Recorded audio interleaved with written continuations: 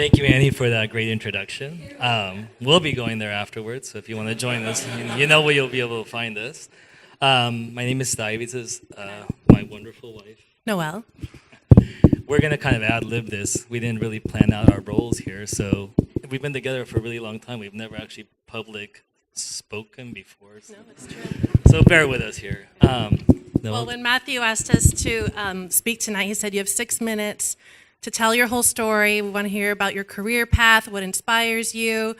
And I don't know if there's enough beer in this place, and I definitely don't think we're going to do it in 6 minutes, but we can do our darndest. It's kind of a once upon a time story, so we'll make it as brief as possible. But it does kind of go back to where we met, and we met in San Francisco.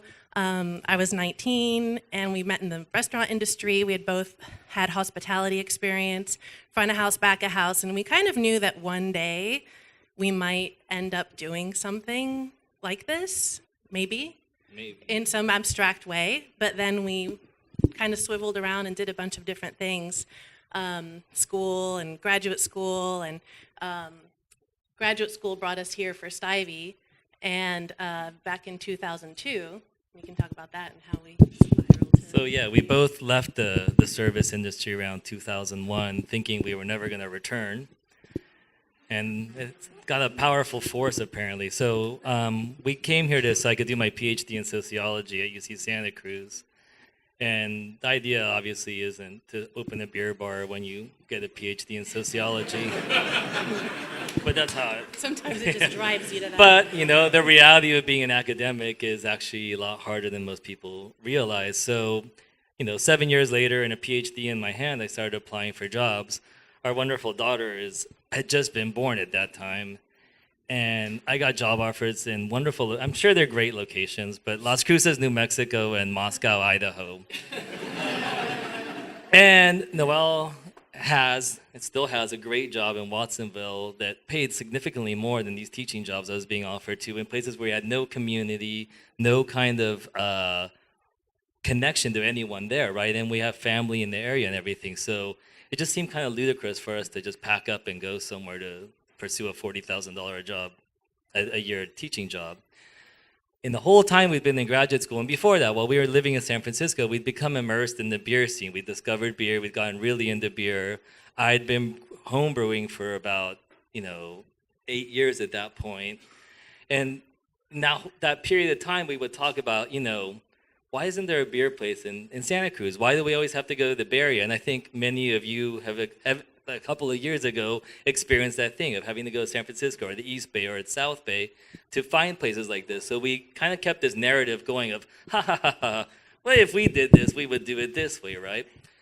I was teaching at UCSC, I was working her job, and then one day we decided that, hey, why not? Well, it was kind of the point where we realized we had to do something different if we were going to stay in Santa Cruz. And hell, everybody in Santa Cruz has at least 3 jobs, right? Isn't that how it works? You have we have recovering lawyers and, what have you. So we thought, why not? We'll have conservation biologist, environmental educator, doctor in sociology, beer bar. It makes total sense. I must say that I'm the envy of every single person in that program right now, though. I literally have people coming in and telling me, I want to do what you do. And I'm like, you might want to just drop out now and stop those student loans. But that's another story. So then really the vision started there. And then I think just with the support of our friends and, community, we started thinking we really want to have a place that we want to go to. We want to have a place where our friends want to go to. We want to have a place where people of our community can get together and sit around a table and try these amazing beers from our community and beyond, and share in a dialogue and learn and do workshops and have pop-ups and make it exciting. Have a place where we can showcase the unique things about our beer industry, where we have, amazing women in beer. We have, organic. We have so many things to showcase. And so that was kind of where it started. We wanted a place to gather and to have conversation. And from day one, I would say, that really started to happen, where, we hadn't been open 2 days and people were saying, I was sitting at the table over there and I realized, we were talking about this beer with these people who we had never met before. And by the end of the conversation, we exchanged phone numbers and realized we live down the street from each other and we're going to hang out. And now that happens all the time. And it's a place where I feel like we're just really proud of, because it really has sort of become a place of community, and it's a place where people can go and they know they're going to find someone interesting to talk to, maybe first and foremost about beer, and then beyond, kind of like this space in a way, Exactly. And then our vision for Lupolo from the beginning was to provide different community spaces. So to do a homebrew night where homebrewers could come together and talk about and share their beer with each other, and a night for women that maybe don't know beer or just want to a safe space for women to learn about beer, right? We have been too popular since we opened, so we can't really close down the space to do these things. But now we're expanding next door, and one of the things that's going to be happening at this space next door is that all of these kinds of nights that we have dreamt up and have been thinking about are going to be available to us, and we're really excited about that aspect of how our business is going to change. Yeah, so it's a little bit scary to us that not even a year into our endeavor, we opened the end of April 2014, and only a few months later, our landlord said, hey, the video store is closing down. This is kind of your opportunity. Are you going to do it?